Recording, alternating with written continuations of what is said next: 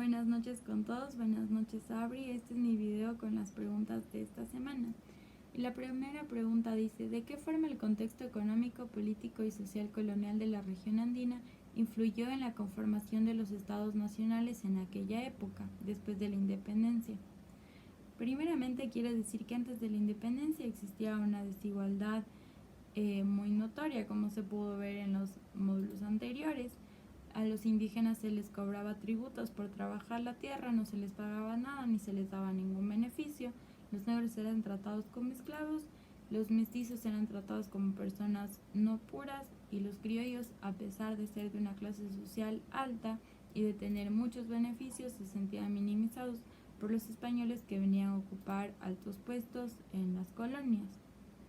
Ahora bien, después de la independencia, varias de estas desigualdades continuaron.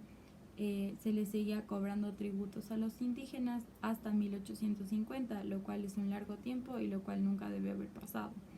La esclavitud también continuó, lo cual tampoco debe haber pasado, porque decían que los niños que nacían después de la independencia ya eran totalmente libres, lo cual no sucedió. Ahora bien, en el comercio existió una crisis, ya que se dejó de exportar a España y ya no se obtuvo recursos económicos, a pesar de que ahora éramos libres y ya podíamos escoger a quién exportar los productos. También la economía se vio muy afectada, ya que durante la independencia se pidió muchos créditos y mucho dinero a Inglaterra para comprar armamentos y para crear un buen ejército. Por lo tanto, todo esto influyó en la conformación de los estados nacionales. La segunda pregunta dice: ¿la acción de los criollos en la conformación de los estados puede ser considerada como un acto revolucionario?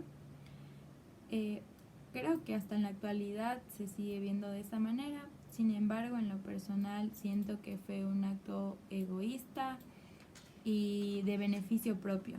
Como ya mencioné anteriormente, los criollos se sentían minimizados por los españoles, ya que ocupaban puestos de alto rango en las colonias, lo cual ellos sentían que era injusto, porque sentían que deberían ser ellos los que ocuparan esos puestos. Y esto también se puede ver en las lecturas de esta semana, donde se menciona que después de la independencia los estatus sociales continuaron como estaban antes. Por lo tanto, los criollos nunca vieron por el beneficio de nadie más que el de solo ellos. Ni siquiera les importó la opinión de los mestizos ni la opinión de los indígenas. Y también eso se ve porque para ellos fue muy difícil con tanta desigualdad poder crear un sentimiento de nación. La siguiente pregunta es: desde tu perspectiva, ¿la conformación de los estados fue beneficiosa o negativa para la región andina? Creo que en lo personal no fue ni beneficiosa ni negativa, sin embargo sí tuvo consecuencias beneficiosas y negativas, como por ejemplo la del comercio. A pesar de ella tener la libertad para exportar a donde querían o a cualquier parte, todas esas ganancias no se utilizaron para mejorar la economía del país, sino para otras cosas que no tenían nada que ver. De igual manera siguieron existiendo injusticias y a pesar de que los indígenas dejaron de pagar tributos, se les seguía tratando de manera discriminatoria y los seguían minimizando. Ahora bien, como dejaron de pagar tributos, el gobierno ni el Estado ya no tenía de dónde conseguir dinero, por lo tanto existió una crisis económica bastante fuerte. Ahora sí se creó un sentimiento de nacionalismo, a pesar de que, como mencioné, seguían existiendo injusticias. Los indígenas, los negros y los mestizos se sentían un poco más unidos, ya se sentían un poco más involucrados con respecto a temas políticos, económicos y sociales de los estados que se han conformado.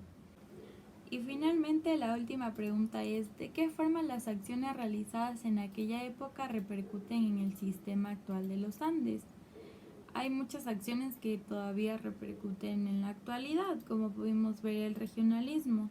En el módulo 6 se vio que existió mucho regionalismo, muchas peleas sobre qué lugar era mejor que otro, existieron muchas guerras civiles, lo cual demuestra que a pesar de que se creó este sentimiento de nacionalismo, realmente la gente no se encontraba realmente preparada para ser un país.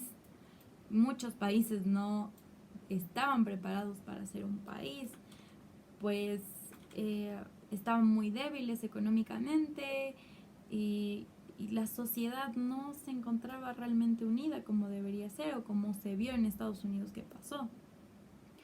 Lo cual todavía se sigue viendo, todavía sigue habiendo estas peleas constantes sobre qué ciudad es mejor que qué ciudad,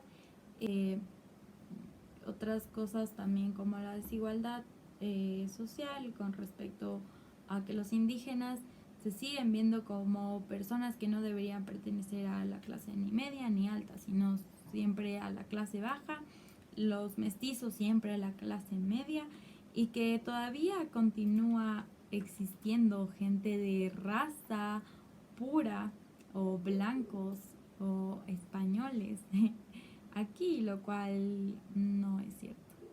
Y eso, muchas gracias.